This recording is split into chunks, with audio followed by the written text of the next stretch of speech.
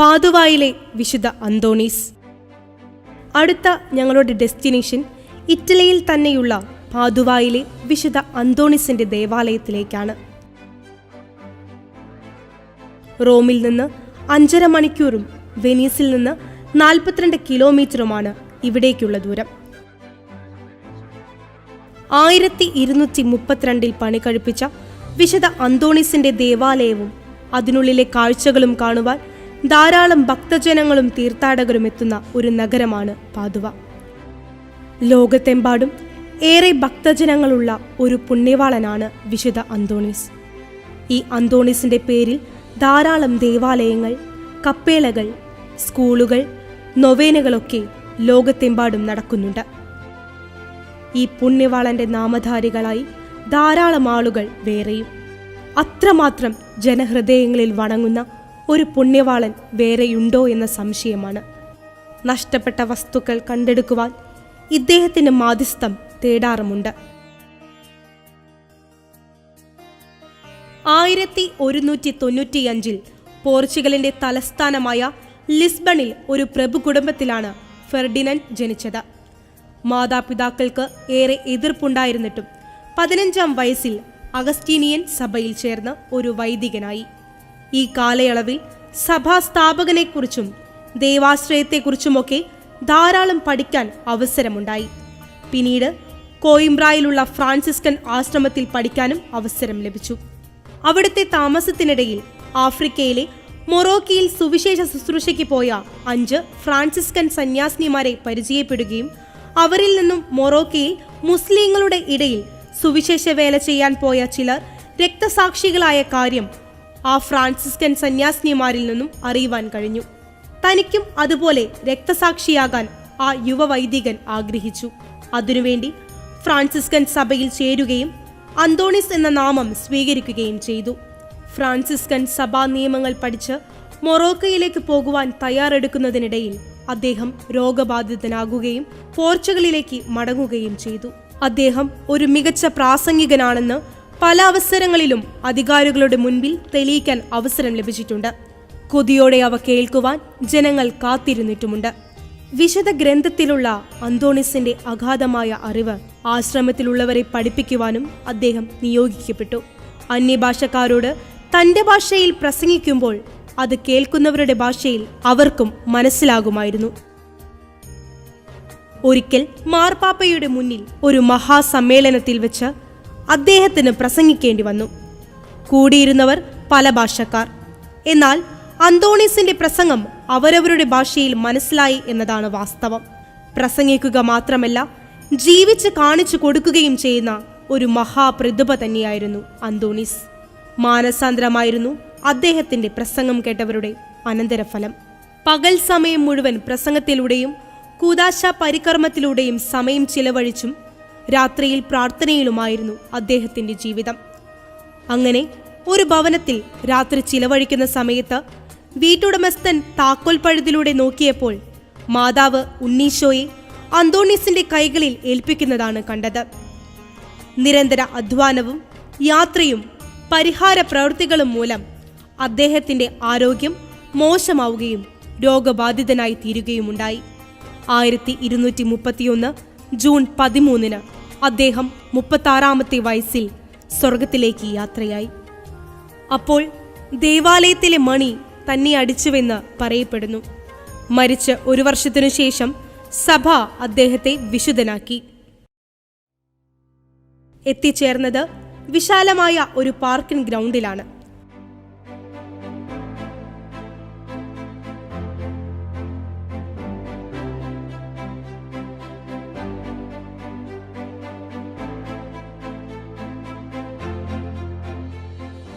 അവിടെ കടന്നാൽ ഒരു മൈതാനത്തിലാണ് എത്തിച്ചേരുക.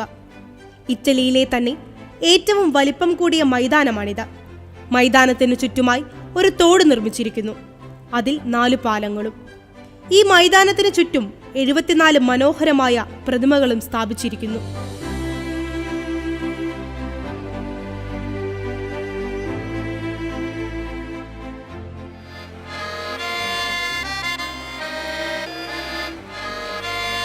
അതും കടന്ന് ദേവാലയം ലക്ഷ്യമാക്കി മുന്നോട്ട് നടന്നാൽ ധാരാളം ട്രാമുകൾ തലങ്ങും വിലങ്ങും പായുന്നു.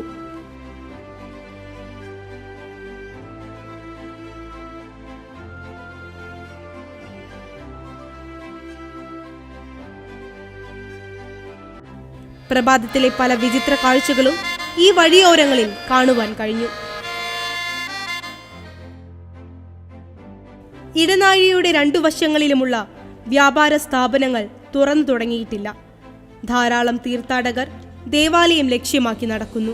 1231 അന്തോണീസിന്റെ മരണത്തിന്റെ തൊട്ടടുത്ത വർഷം തന്നെ ഈ ദേവാലയത്തിന്റെ നിർമ്മാണം ആരംഭിച്ചു. തുടക്കത്തിൽ വിശുദ്ധനെ അടക്കം ചെയ്ത സ്ഥലത്ത് ഒരു ചെറിയ ദേവാലയം നിർമ്മിക്കുകയും പിന്നീട് വിശുദ്ധന്റെ ജനപ്രീതി വർദ്ധിക്കുകയും ചെയ്ത അവസരത്തിൽ എത്തിച്ചേരുന്ന തീർത്ഥാടകരെ ഉൾക്കൊള്ളുവാൻ തരത്തിൽ ഇങ്ങനെയൊരു ദേവാലയം നിർമ്മിക്കുകയായിരുന്നു. നിരവധി കൂട്ടിച്ചേർക്കലുകൾ, കാലാകാലങ്ങളിലുള്ള നിർമ്മാണ രീതികൾ എല്ലാം സമന്വയിപ്പിച്ചാണ് ഇങ്ങനെയൊരു മനോഹര ദേവാലയത്തിന്റെ നിർമ്മാണം പൂർത്തിയാക്കിയത്. പ്രതിവർഷം 6.5 മില്യൺ തീർത്ഥാടകർ ഇവിടം സന്ദർശിക്കുന്നുണ്ടെന്നാണ് കണക്കാക്കിയിരിക്കുന്നത്. നഗരത്തിലെ ഒരു പ്രധാന ആകർഷണം ഇതുതന്നെയാണ്.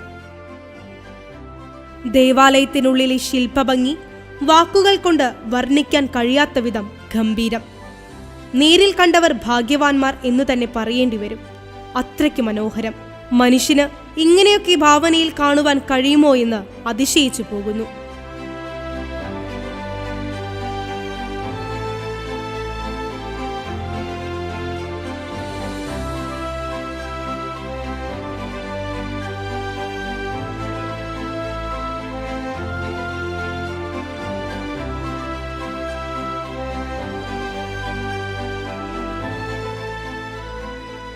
ഈ ഇടനാഴിയിലൂടെ മുന്നോട്ട് നടന്നാൽ വിശുദ്ധന്റെ മൃതശരീരം അടക്കം ചെയ്തിരിക്കുന്ന പേടകത്തിനു സമീപമെത്താം. എന്തോ ഇത്തവണ സന്ദർശകർക്ക് അവിടെ പ്രവേശനം അനുവദിച്ചിട്ടില്ല.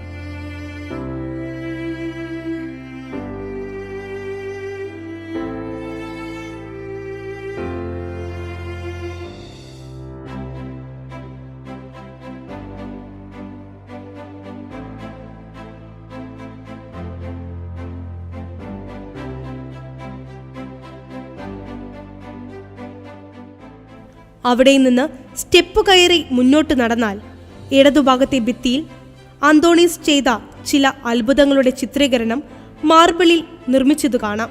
ജീവൻ തുടിക്കുന്ന ഈ ദൃശ്യങ്ങൾ ആരെയും അത്ഭുതപ്പെടുത്തുന്നത് തന്നെയാണ്.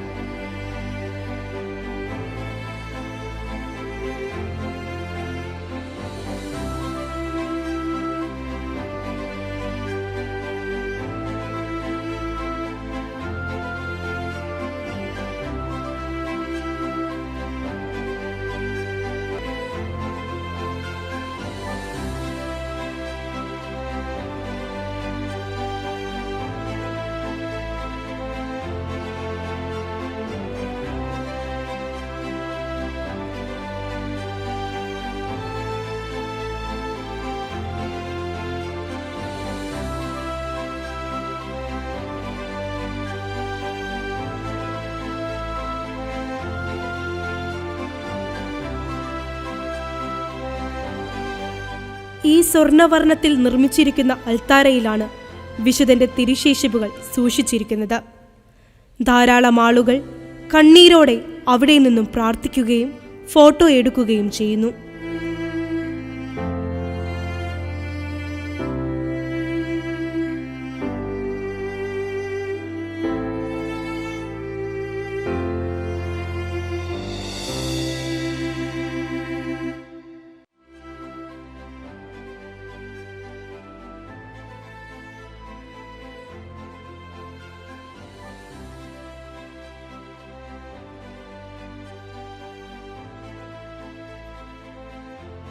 തന്റെ പ്രസംഗം കൊണ്ട് അനേകായിരങ്ങളെ മാനസാന്തരപ്പെടുത്തിയ നാക്ക് ഇപ്പോഴും അഴുകാതെ ഇവിടെ സൂക്ഷിച്ചിരിക്കുന്നു.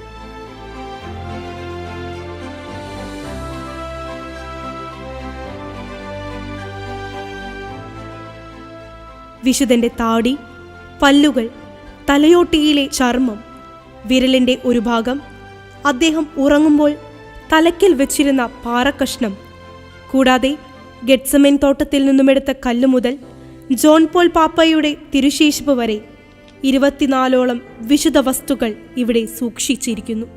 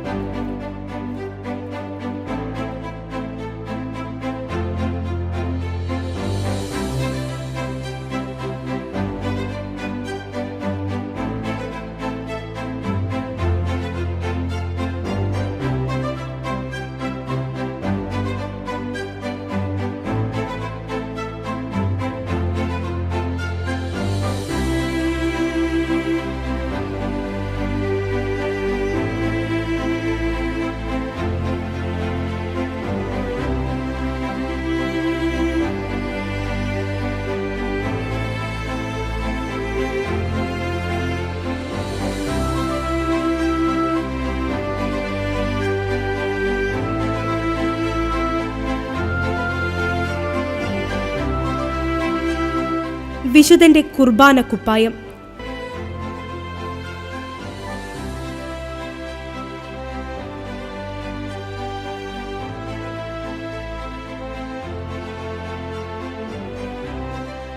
ഇത് അദ്ദേഹത്തിന്റെ ശരീരത്തോട് ഒട്ടിക്കിടന്നിരുന്ന തന്റെ സ്വന്തം കമ്പിളിക്കുപ്പായം. ഭക്തജനങ്ങൾ അതിൽ തൊട്ട് പ്രാർത്ഥിക്കുകയും നിർവൃതി അണയുകയും ചെയ്യുന്ന കാഴ്ചയാണിത്.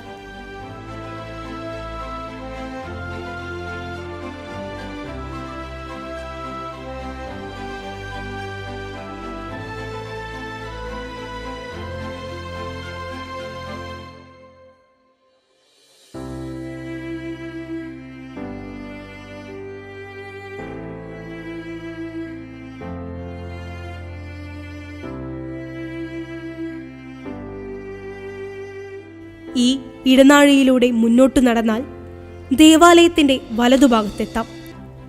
അവിടെ വിശുദ്ധ കുർബാന ഇടതടവില്ലാതെ നടക്കുന്നുണ്ട്.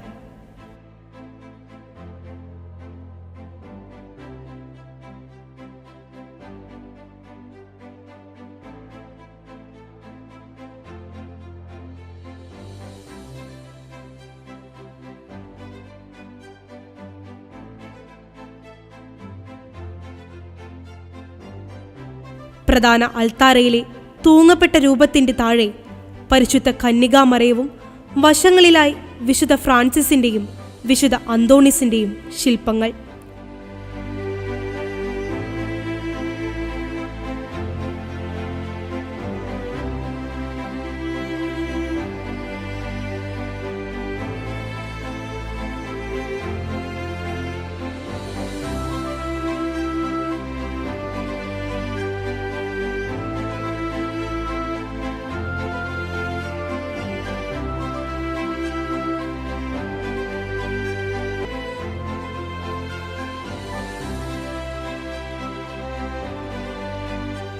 ശില്പഭംഗി കൊണ്ടും നിർമ്മാണത്തിലെ വൈവിധ്യം കൊണ്ടും ഏതൊരാളിലും അത്ഭുതം ജനിപ്പിക്കുന്നവയാണ് ദേവാലയത്തിന്റെ ഓരോ ഭാഗവും.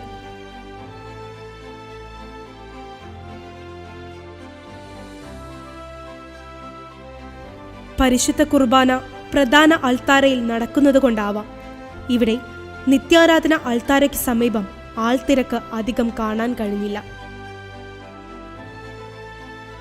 തിരികെ പോരുവാൻ മനസ്സു വരുന്നില്ല ആർക്കും. യൂറോപ്പിലെ യാത്രകൾക്ക് സമയനിഷ്ഠ ഒരു പ്രധാന ഘടകം തന്നെയാണ്. ഇവിടെ നിന്നും 135 കിലോമീറ്റർ അകലെയുള്ള മോണ്ടിച്ചിയാരി എന്ന സ്ഥലത്തെ റോസാമിസ്റ്റിക്ക മാതാവിന്റെ ദേവാലയത്തിൽ ഉച്ചയ്ക്ക് മുമ്പ് എത്തുകയും കുർബാനയർപ്പിക്കുകയും വേണം.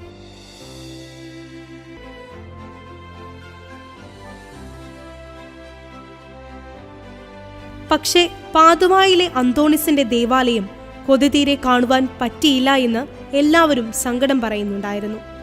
3 തവണ സന്ദർശിച്ച എനിക്കൊന്നും ആസ്വദിച്ച് കാണുവാൻ കഴിഞ്ഞിട്ടില്ല. പിന്നെയല്ലേ 3-4 മണിക്കൂർ മാത്രം ചിലവഴിച്ചവർക്ക്.